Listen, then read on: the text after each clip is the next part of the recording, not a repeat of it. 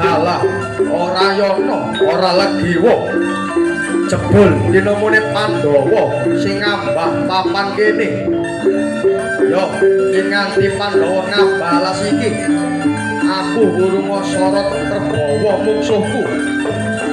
Pandhawa ora ngerti yen alas mertani Dawana Marka wis sejatine kratone para jin kang ngaran Indraprasta aku sing njogo alas kene ning lelakon iki bakal tak aturne ana ngersane Sinuwun Prabu Jin Yudhistira.